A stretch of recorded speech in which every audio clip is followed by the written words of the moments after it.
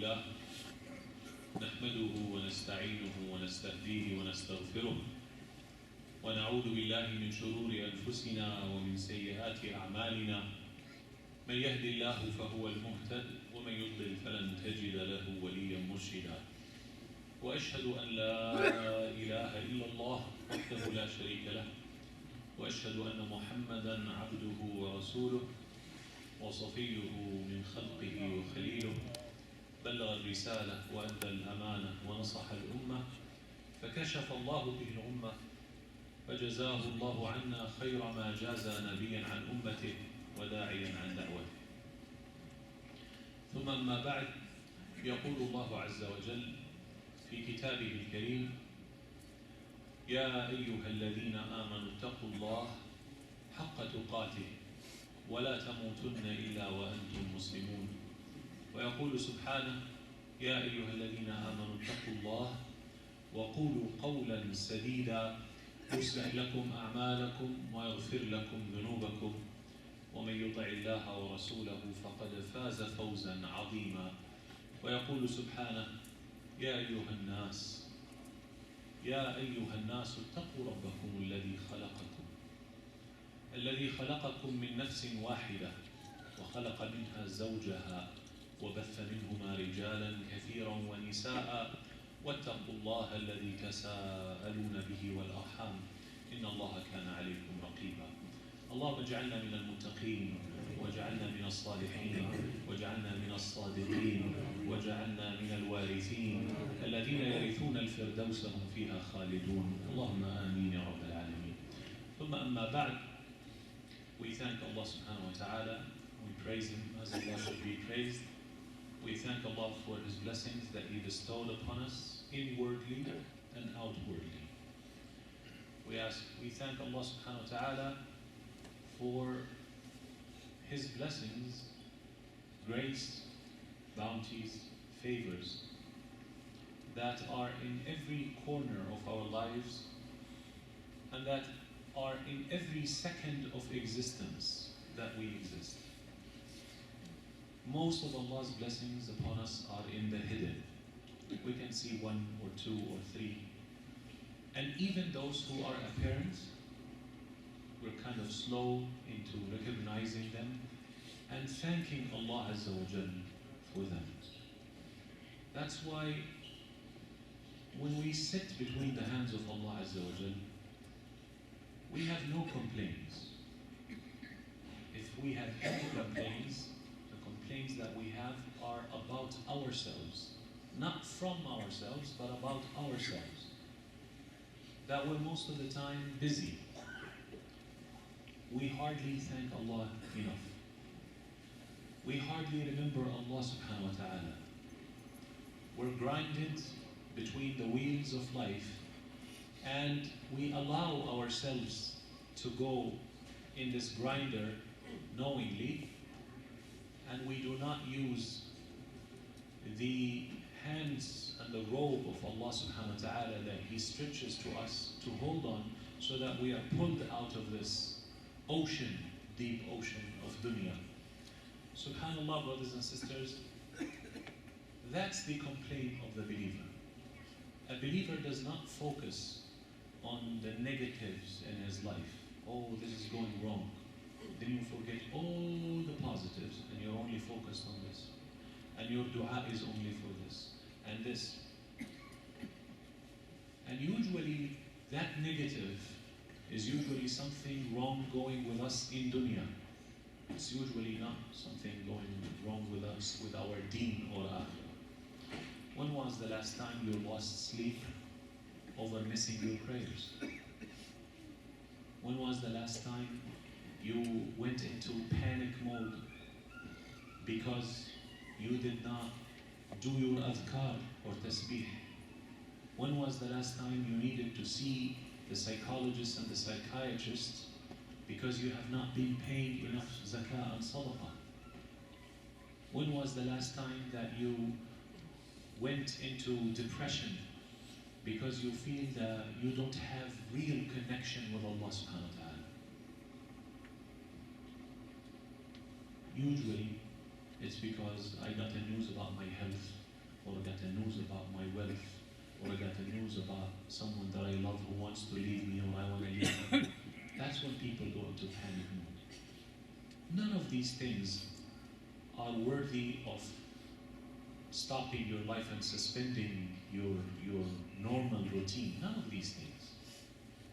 May Allah reward the Imam al-Hasan al-Basri, the Imam of Basra in Iraq. He said something very profound. Really shook me to the core. He said, if you haven't heard your name, O Fulan, son of Fulana, you are from the people of hell, so go to hell. If you haven't heard that, you haven't heard bad news yet. What bad news are you talking about? What? Even if you've lost an arm, what bad news are you talking about? You haven't even heard your name called to hell. And if you haven't heard your name called to heaven, O Fulan, son of Fulana, you are from the people of Jannah, so go to Jannah. You haven't heard good news yet. What good news are you talking about? You got a job? You made money? What? You got married? You have children? Any of these things can turn against you. Didn't Allah say, O you who believe, know that some of your children and some of your wealth are enemy to you. They will be the cause that you go to hell. Sometimes your own son turns against you and becomes your most vowed enemy. Sometimes your own wealth turns against you, and because of it you end up with one heart attack after another, one stroke and stress and depression and this, because of your own wealth. Your own wealth becomes your own enemy. As if there is someone who's just sitting down to bother you. That's the wealth you worked so hard to accomplish. That's why, brothers and sisters, this is a time of reflection. We are just beginning the new Hijri year. A beautiful year, a new year. And, subhanAllah, this whole Hijri year, the Sahaba had to meet and come up with a bid'ah, a good bid'ah, an innovation. What shall be year number 1 in Islam? The Muslims, what shall be year? So some Sahaba said the birth of the Prophet. Some Sahaba said from the day the Prophet received the first revelation. Some Sahaba said from the death of the Prophet. Some Sahaba said from the Hijrah. And once that opinion of Hijrah was pronounced, all of them agreed upon it. Because there became a need. Some people said, let's follow the Roman calendar. And Sayyidina Umar al-Khattab said, no. We shall have our own calendar. Their calendar is a solar calendar. Our calendar is a lunar calendar. And Allah told us in the Quran that the number of months in the sight of Allah are 12 months. The day in the book of Allah, the day He created the heavens and the earth, 4 of which are hurum, plural of haram. 4 of which are sacred months. In this ayah, Allah subhanahu wa ta'ala is saying, Allah decided that the number of months shall be 12 in the book of Allah, because Allah creates everything based on the record, the writings of the pen that Allah created and asked it to write destinies and systems and physics and math and biology. All of this is written by the pen that Allah created and asked it to write the destinies of the world and the specifications of the world. So that in the book of Allah, the number of months are 12 months, of which 4 are sacred. The fact that Allah said of which 4 are sacred, that means the 12 months that Allah is talking about in this ayah are lunar months, not solar months. Because there is no 4 sacred solar months. There's only 12 sacred lunar months. And people cannot appreciate lunar months today because they have a calendar on their iPhone. You click, you look what day. You don't even have to click. You just turn on your iPhone. The date will pop into your face. But I'm going to ask you a question. If we take all the calendars, and if we take all the phones away from you and all the roznamas and all of that, and I ask you, and you completely lose track of time, and I ask you, walk outside and tell me, are we in which month? And tell me exactly which day of the month, or approximately. You can walk all that you want, especially if you're in the Bay Area, the weather is good year-round, you wouldn't tell.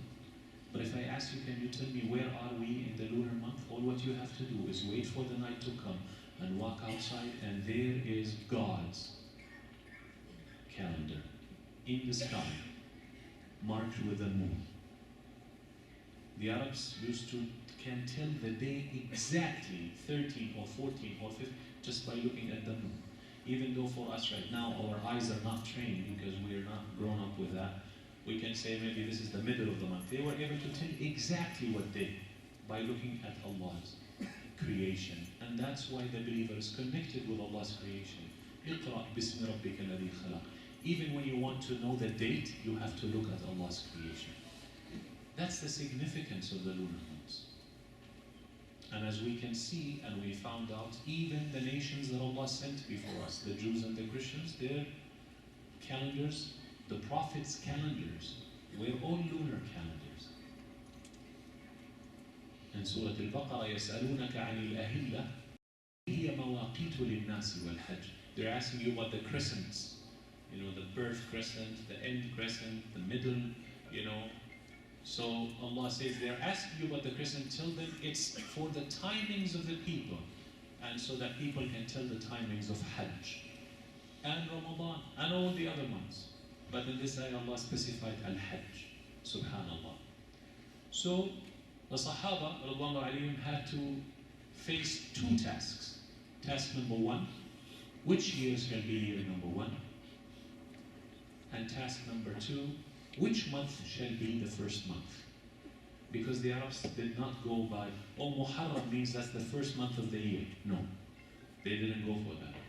So the Sahaba had to decide which month, and after so many opinions, they said, when people come to Hajj and they go home from Hajj and look at the spiritual meaning, the Prophet ﷺ said, whosoever goes to Hajj and he performs good Hajj, MashaAllah, I'm very sure a lot of you here has just come back from Hajj. It is as if he came back to the day his mother gave birth to him or her. You hit the reset button when you go to Hajj. So the Sahaba said, whatever happens after that reset button should be number one. Look at the understanding. Look at when you see everything through your imani lenses, you have these glasses of iman, and you even decide your first month of the year based on your spiritual values and iman, subhanallah. So here we are in the month of Muharram, brothers and sisters. And I was thinking, what shall I tell you? Because you probably hear so many khutbahs about this. Beginning of the year, have tasks, have goals, write your goals, write this. All of this is good and amazing, and if you can get yourself to write something, that will be amazing, because that is also from the Quran, عَلَّمَ الَّذِي عَلَّمَ بِالْقَلَمِ. So writing something, writing your goals with a pen is amazing. But then you can write all the lists that you want and never follow up. So I think what we all need, before we get into the goals, what you want to achieve next year versus last year, because you are closer to death by 1 year right now, is to look deep inside your heart and ask yourself one question. What do I want? What do I want from this life? What do I want from me? What are my goals? Start with a big picture. And don't lie to yourself. Don't hide yourself from yourself. Because be careful, you are capable of doing that. Allah told us in the Quran, قَدْ أَفْلَحَ مَنْ زَكَّاهَا وَقَدْ خَابَ مَنْ دَسَّاهَا. Successful is the one who purifies his nafs. Loser is he who hides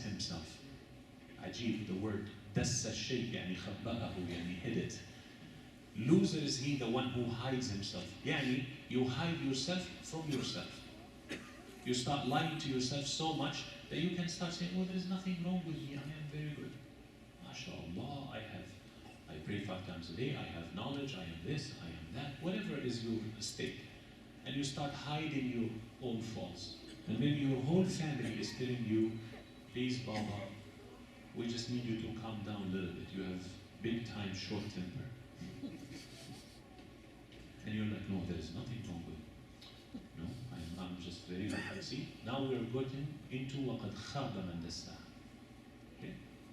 Please, Mama, we're spending too much money. You know, Allah gave us money not to spend it. Allah gave us money so that we spend on our needs, and the extra money is not our money. We are only managers over it, we're not owners. People say, oh, our rizq is big. No, rizq is only your basic needs. There's a difference between income and rizq. Rizq is you eating, drinking, you know, shelter, car, these are the basic needs. But once you get into buying clothes every month and eating outside in the restaurants, this is not your rizq, this is someone else's rizq. Tell the difference between the two. We are at a place where we are encouraged, at a time and place where we are encouraged to become consumers. If you have money, you will never settle down. You can't go to sleep until you figure a way to spend that money. Just exactly like the Prophet sallallahu alaihi wasallam. He had an uqiyya of dhahab, an ounce of gold. So he lit Salat al-Asr, sallallahu alayhi wa sallam. Assalamu alaikum wa rahmatullah, assalamu alaikum. Rasulullah usually sits down, makes dhikr after Salat. He got up and went to the door that goes to his rooms. He went to his hujurat, got something, walked outside. The Sahaba like, this is not the habit of the Prophet sallallahu alayhi wa sallam. So by the time they were done doing their tasbih and their dua, the Prophet ﷺ came back and sat down and started doing their tasbih. He said, Ya Rasulullah, you kind of worried us. They've never done this before. He said, no. I remembered that I had an ounce of gold and I did not want the sun to set before I spent it fi sabilillah. So I went and gave it as sadaqah. Now I can come and do my tasbih comfortably. Are you like that? What do you want, brothers and sisters? What do you want? What are your goals? You are a believer. Allah has awakened you. You can't just go day by day. Okay, let's go. Now we're going to go home and watch TV. Now we're going to watch this game. Now we're going to watch that. You can watch all of that so long as you have the big picture clear and you're doing something fi sabilillah. When you just go in dunya and you forgot about everything and you're just happy and everything is going normal, this is called in the Quran ghafla. Heedlessness. You are not aware, you're not awake, you're not alert, and believe me, when death gonna hit you, or a test is gonna hit you, it's gonna shake you up so much, you're not gonna be in a good state. So how about you shake yourself before something else shakes you? So this is a coming year. You know yourself. Listen to the people around you who love you and give you advice. Listen to the voice of the believer inside you. Listen to the angel that Allah has dedicated to you to inspire you to do good things. Everyone talks about the shaitan, qareen, which is true. We have a qareen that is shaitan and tries to whisper to you. But how many people talk that Allah dedicated for every human, an angel that inspires him to say, to do something good, say something good. And when the shaitan does waswasa, he does ilham, inspiration. Don't listen to the shaitan. It's your choice. You want to listen to the shaitan or you want to listen to the malak that is from Ar-Rahman. It's your choice. So brothers and sisters, start with deep inside you, deep inside your heart. What do you want? And from there, start tailoring a plan and goals. How am I going to reach to the goals? That's called a plan. Not dreams and wishes. ليس الإيمان بالتمني ولكن ما وقر في القلب وصدقه العمل. Faith is not by wishing. Faith is that which settled in your heart and is confirmed with your actions. So the lesson of the khutbah today, before we talk about the actions, what is it that has settled in your heart? What settled in your heart? What do you want from life? What do you want from yourself? What do you want from your spouse and children? What do you want from them? What do you want from your money? What do you want? What's the big picture here?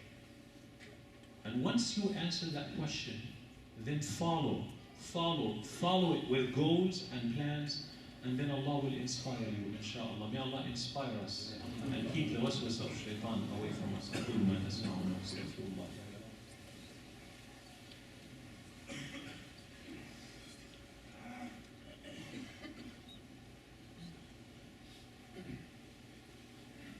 بسم الله الرحمن الرحيم الحمد لله وحده والصلاة والسلام على من لا نبي بعده اللهم يا مسبب الأسباب سبب لنا أسباب الخير يا رب العالمين. Brothers and sisters, let's awaken. The entire ummah is waiting for its own individuals to wake up. The entire ummah is waiting for us, because the ummah is made of individuals. Your body is made of cells. One cell mutates and goes crazy, and the body doesn't know how to shut it down. It becomes cancer. And just for your own information, every day we have cancer in our body. Every day there are cells that go crazy, and your immune system has a spy system that knows that, and it goes and kills it. Every day. So every day Allah is saving you. That's a blessing to remember. Brothers and sisters, let's look at this ummah as made of individuals, right? Let's learn.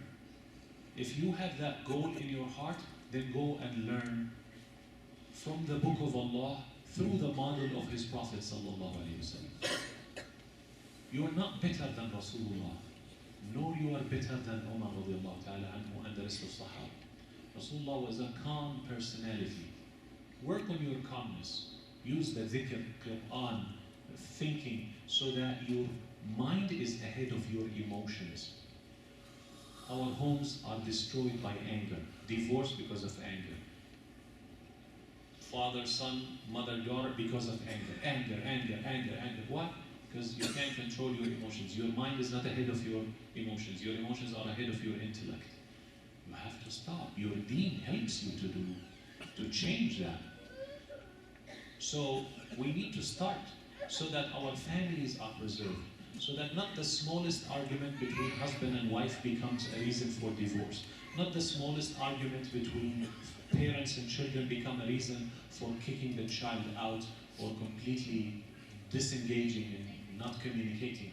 We need to start embodying these qualities from the deep iman to adab and akhlaq and morals and manners and good character, to knowing how to work together as an ummah, to supporting our masajid, to supporting our ummah.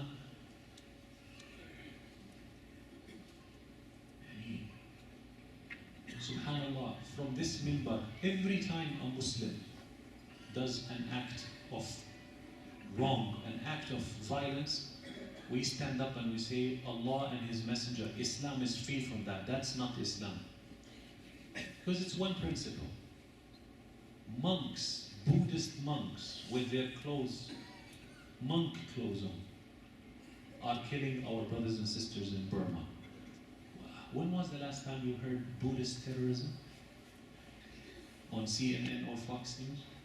We're talking about 500,000 people displaced, and God knows how many people left behind.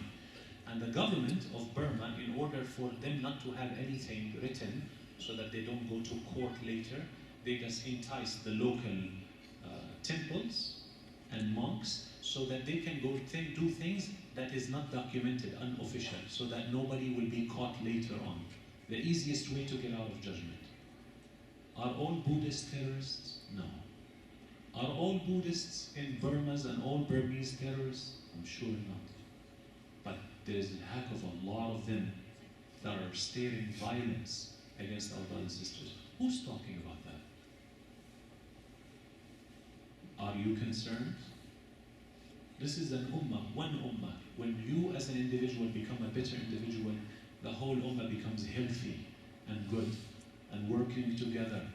There's Burma Task Force. For the last 2 years, they've been sending emails. I received their email. Sign this, I sign this.